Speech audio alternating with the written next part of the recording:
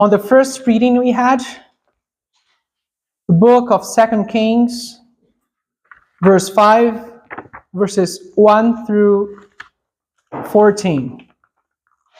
2 Kings, verse 5, 1 through 14. It's found on page 336. So, 2 Kings, verse 5, 1 through 14. I'm going to read it again. Please follow along silently.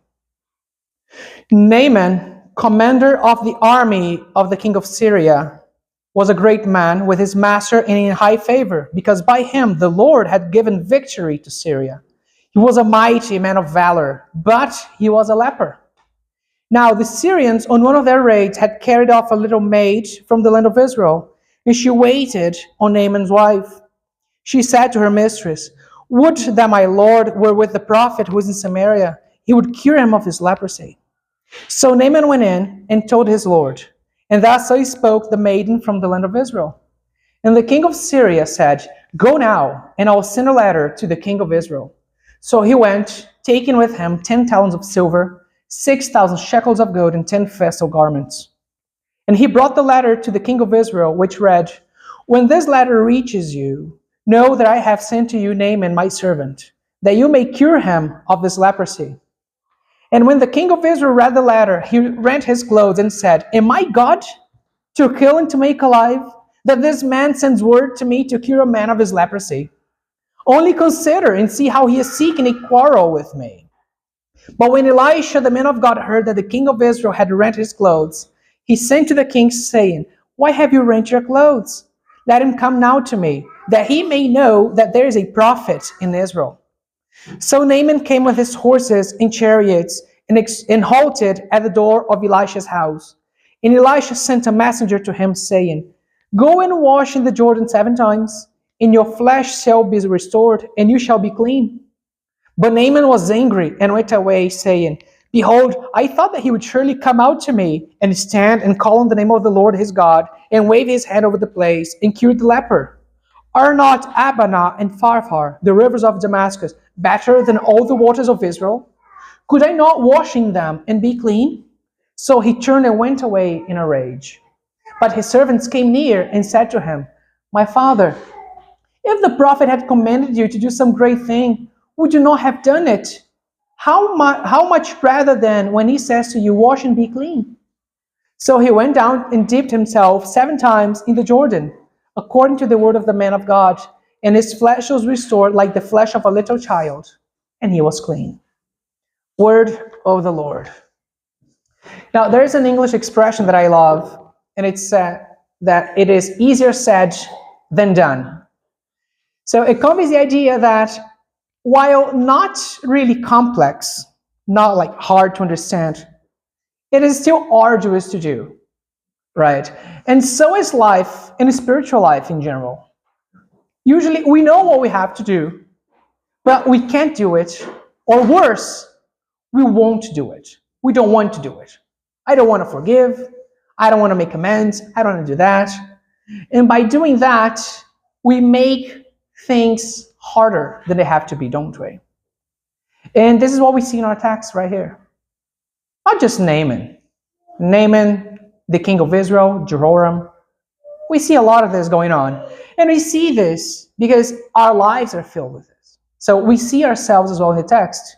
So the point here being that the Christian journey in general is not that complex. Hard, yes.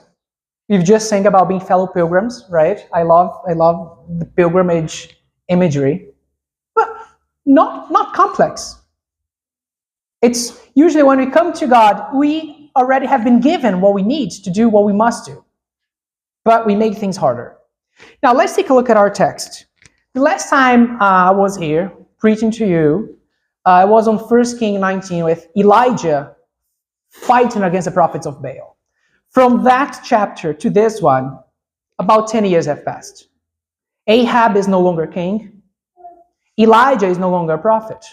Elisha took over the role of prophet. And, well, Israel is going from bad to worse. Ahab the king, with all his faults, he was still a good general. He was still a good military king. Then he died. His son Ahaziah took over, and he died after 2 years.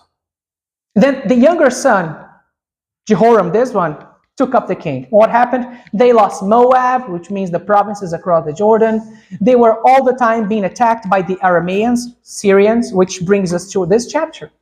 In one of these raids, Naaman, the commander, took away slaves, and one of them is this little girl. See, God is punishing Israel by letting the Syrians have all these victories. And then this prized general of Syria, this prized Aramean general, he gets some sudden severe leprosy. Because you cannot be a general and go to war if you have this long-standing illness. So it had to be sudden, and he's concerned about it. He's so concerned about it that the slave girl, the little girl, the way the Hebrew here is said, she's probably about 10 years old, probably about Cecilia's age. So like a girl that just wants to help. You see, if only my Lord would go back to Israel, not this time as an invader, but go see the prophet in Samaria, he would be healed. It's interesting that in the very next verse, Naaman is taking this idea to the king. So there must be a process in the middle. Can you imagine Naaman having dinner with his wife? The wife comes, hey, this slave girl? I think she knows the answer to your leprosy. She's like, are you getting medical advice from this slave girl? This is nuts. The thing is, he's so desperate about it, he takes it to the king. And the king himself is so desperate that his prized general is sick that, okay, let's do this. Let's have our diplomacy be based on the suggestion of this slave girl. So I'm going to send you a letter with him. So to him, I'm going to give you. I've made the translation into modern sizes. So this is 150 pounds of gold and 750 pounds of silver. It's a sizable gift. That's like $400,000 worth of silver and $7.5 million worth of gold. So all this based on some 10-year-old girl's suggestion. So you see how we're desperate, right? And then he does go. When he gets there, remember Jehoram, he was never really trained up to be king. He was the younger son. His brother was dead. He's lost Moab. The Arameans are invading his northern frontiers. Then here comes a letter from the king. Hey, heal my general. It's like, am I God? Is this reasonable? This guy is just looking for an excuse to pick up a fight with me. He wants to invade me. He's going to say, because you didn't heal him.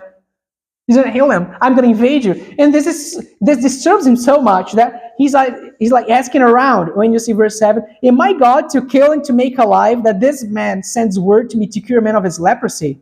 Only consider, so he's talking to his general, his council, consider this, man. He's crazy. He's seeking a quarrel with me. Then he rents his garments. And this is ironic because his name, Jehoram, means Yahweh is exalted. So he doesn't have any faith in him. He doesn't think God can deliver him from this. So Elisha hears that the king has torn his garments. So that's a big deal. Like if we tore our garments, like are you out of your mind? Like get out of my store. Right? You can't walk in here shirtless. In this culture, if you tore your garments, it's like I'm desperate. I'm entirely desperate. The last time Elisha had sent word for someone was his brother, the one who was killed after 2 years as a king, because he had sent for a prophet in Ekron to ask for the prophets of Baal if he would be healed from his disease. Elisha said, so when Elisha, the man of God, sends word, why have you rent your clothes? Let him come to me. Don't make the same mistake that your brother did. There is a prophet in Israel. Israel is Jehovah's. Let him come to me. You're so desperate that, might as well. I'm the king, but I'm not that religious. I don't really mind the prophets of Israel, but I'm so desperate. Let the enemy general come and visit this prophet, who's my enemy. So if they don't collude with each other, I don't know. But I'm so desperate that I'm just going to let it happen. And so Naaman does go. When Naaman is there, Naaman is expecting something more pompous, more regal, more royalty-like. But that's not how prophets work. So when he gets there, he gets to the entrance of his house. What does Elisha do? He sends a messenger, a male boy. Tell him to go down to the Jordan, dip himself 7 times. Samaria is on top of a mount. Go down to the Jordan, bathe yourself 7 times. Like, is that it? This is not complex enough. This is too simple. So he gets angry. He says, I thought he would surely come out to me and stand and do some intricate ritual and call on his Lord, and wave his hand over the place and cure the leper. All I have to do is go down and bathe? No, that's crazy. I'm not doing this. This is too simple. I want complexity in my life. This is Naaman, but sometimes, Naaman should be like a mirror, right? We complicate things that shouldn't be complicated. They are hard, but not complex. Are all the waters of Israel not worse than the rivers, the mighty rivers in Damascus, where my court is? Then his servants, remember, he's here with horses and chariots. There's a whole procession. He comes up to the pastor's house, right? And they say, look, we're here. We might as well just do it. If he had asked, look, my father, if the prophet had commanded you to do some great, complex thing, would you not have done it? How much rather than when he says to you, wash and be clean? And so he did. He went down. And this is my favorite part of this story, because not only his flesh is restored, I would say faith too. Because when we have the word here, he was restored like the flesh of a little child or a young boy. These are the same Hebrew words, but in the masculine. That describe the little slave girl. Unnamed, anonymous slave girl. Just says that she was a young girl. She had a childlike faith.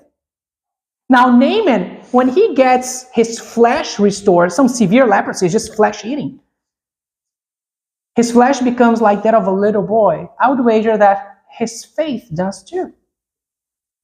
The faith of a little child, a childlike faith. You see, the Christian journey is not that complex. It is hard, though, because of these 3 things.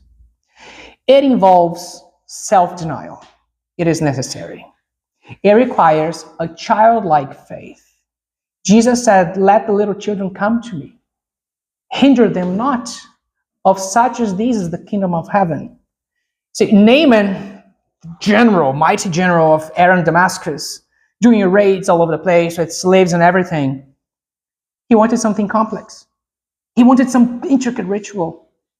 What he needed was a childlike faith. This self-denial is necessary because it requires us setting aside all these assumptions of power. I know too much about that. I know what I've been through. I'm not going to forgive that person. I know what I've been through, what they've put me through. Or, it's too late now to make amends. It's too late now to fix things. Well, maybe it's not. Maybe you're just overcomplicating things because you're not doing self-denial. You see, the path is bumpy. It is a bumpy road. But does it have to be tortuous? No, it's straight. It's a straight path. It's a bumpy road, but a straight path. So if you're undergoing a tortuous path right now in your life, I have good news to you. It is the quotation from Proverbs 3. It is that trust in the Lord with all your heart and lean not on your own understanding. In all your ways acknowledge him, and he will make straight your paths. The Christian journey is not complex, but it's hard because it involves self-denial. The second thing that it does involve is talking with God. Now, it is easier, and we oftentimes fall into this trap, it is easier to talk about God than with God, isn't it? We read books, we talk about providence and God's care, and where's a prayer life?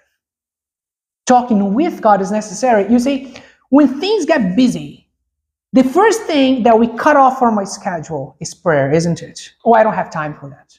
I don't have time to pray. I'm just so tired. I got home from work, from school, whatever. I just want to sleep. And then by trying to save our lives, we lose it.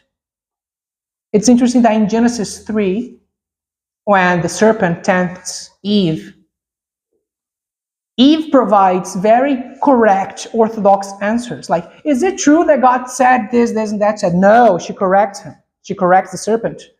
They're talking about God. And we know how that turned out. If we talk with God, though, things will be different. Talking with God. You know, it's like that old hymn. It's a favorite of mine. I think it's also a favorite of yours, Eduardo. Oh, a peace we often forfeit. Oh, such needless pain we bear. All because we do not carry everything to God in prayer. The road is bumpy, but it doesn't have to be tortuous. We don't have to complicate things. Take it to God in prayer. Yes, there's self-denial and childlike faith. There is also talking with God. The same Jesus that came and died and rose again so that we may have eternal life, he can too resurrect your prayer life. Don't postpone it anymore. Revive it today. Talk with God. That is necessary. And finally, the third thing is that listening to God is necessary. You see, when Elisha spoke to the king, he was so desperate he heard him. So when the little slave girl spoke to her mistress, they were so desperate that they listened to it. Let us not wait until we're in complete desperation that we hear the words of God. Let's not do that. Let's go back to our Bible reading, the regular one. You see, the words of life, the words that can make life worth living, the words of the men of God of old, the prophetic oracles, all that we must know about God and all that he expects from us, we can find right here. We don't need to force complex, intricate, mystic encounters or anything. Naaman wanted Elisha to call on the name and do some hand waving. No. You want to know what he says? Read the Bible. My friends, I urge you, do visit many good books. Read widely. Visit them. But live in the Bible. So, my beloved fellow pilgrims, a Christian journey is indeed a bumpy road, but the path is straight. May God rekindle that first love that all his sons and daughters one day had, so that we may come to self-denial, we may come to resurrect our prayer life, and we may come to make discipline rigorous in our Bible reading, so that we don't overcomplicate what is indeed a bumpy road, but a straight path. May God help us. In the name of the Father, and of the Son, and of the Holy Spirit. Amen.